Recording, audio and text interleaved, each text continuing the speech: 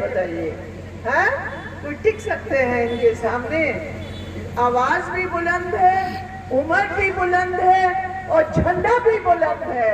बहुत धन्यवाद रामदेव सिंह जी, हमारे प्रकाश विप्लव जी, राज्य सचिव, हमारे प्रार्थी, यहाँ के जुझारू साथी, हमारे साथी पूर्ण भुइया जी, हमारे डिस्ट्रिक्ट सेक्रेटरी राजकुमार यादव जी, हमारे स्टेट कमेटी की सदस्य शिवबालक पासवान जी, संजय पासवान जी, यहाँ उपस्थित हमारे सब जुझारू नेतागण, मेरे बहुत ही प्रिय बहनों और भाइयों। मैं पहले बहन की बात इसलिए करती हूँ क्योंकि ये लाल झंडा बहनों ने संभाल के रखा है और इसलिए पूंजीपतियों के सामने कभी झुकते नहीं, कभी पीछे हटते नहीं। ये है हमारे इस चतरा विधानसभा की बहनें। इसलिए मैं आपको पहले प्रणाम करती हूँ, नमस्ते करती हूँ, सलाम देती हूँ।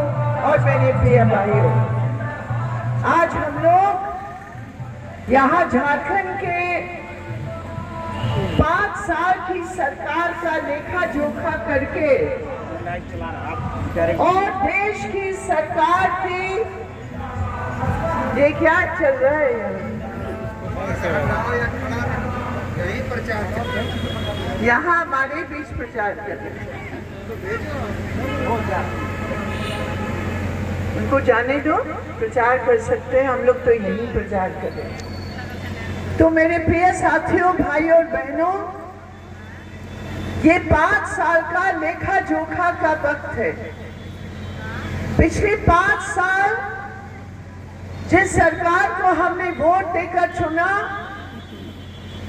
और दिल्ली में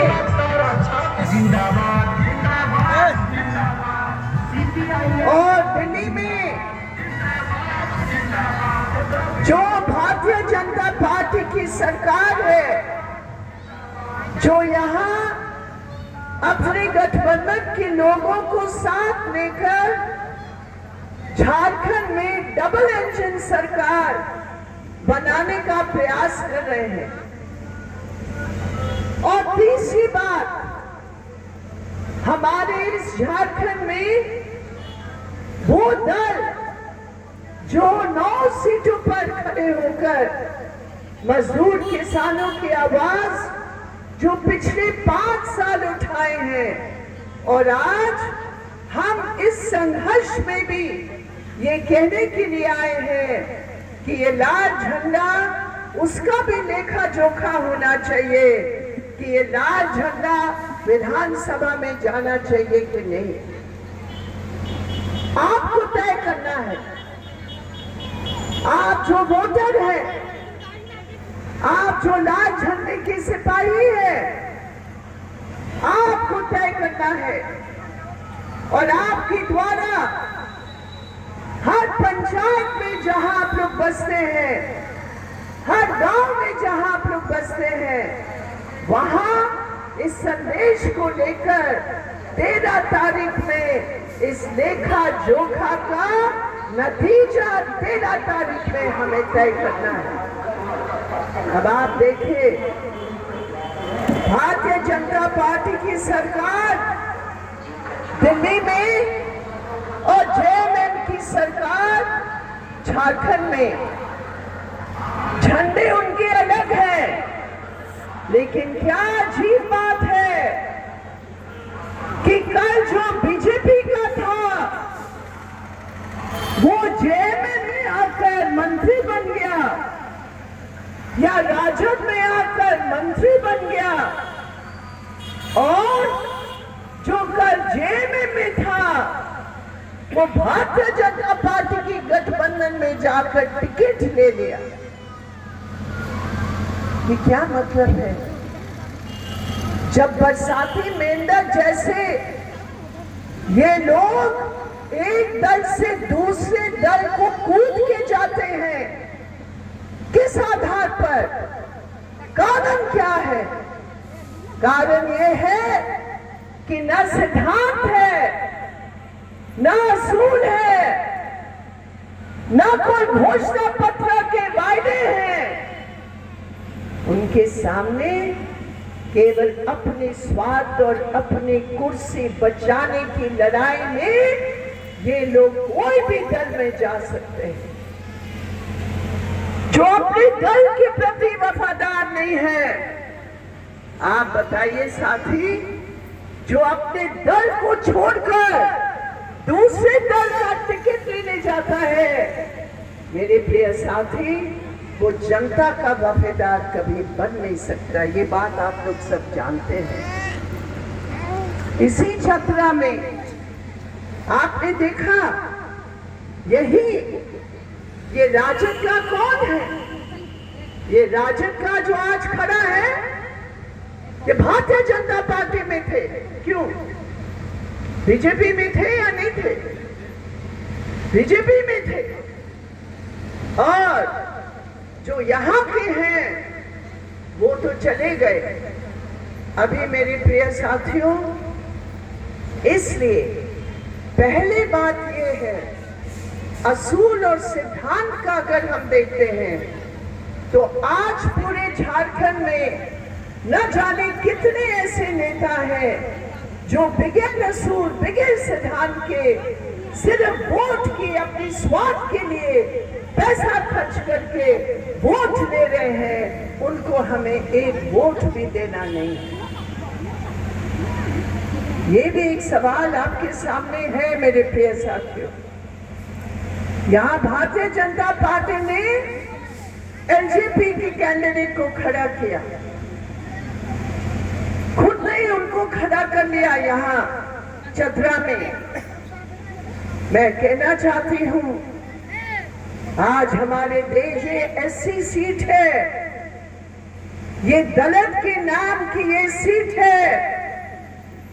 पहले ये बीजेपी और उनके गठबंधन के लोग पहले दलितों के बीच आकर पहले जवाब दो। 13 तारीख को इस बात को याद रखो मेरे प्रिय साथियों, इस सरकार की राज में, भारतीय जनता पार्टी की केंद्र सरकार की राज में एक साल में 51,656 केस रजिस्टर हुए हैं दलितों के ऊपर अत्याचारों के। हर दिन इस देश के अंदर कम से कम 8 दलित महिलाओं के साथ बलात्कार होता है, सामंतों के द्वारा, पूंजीपतियों के द्वारा, लुटेरों के द्वारा। और आप पूछो, 51,000 से ऊपर रजिस्टर्ड केस है दलित के ऊपर अत्याचार के। हमने पूछा, यहां दलितों के ऊपर अत्याचार के कितने केस रजिस्टर हैं? कहते पुराने दिनों में होता था, अब नहीं होता है। हम इसको नहीं मानते हैं सही। जब हमें अपनी जमीन से वंचित करेंगे, जब हमारे पानी से वंचित करेंगे, जब दलित के इलाके में, जब दलित के लड़के लड़कियों के लिए रोजगार का अवसर नहीं होगा,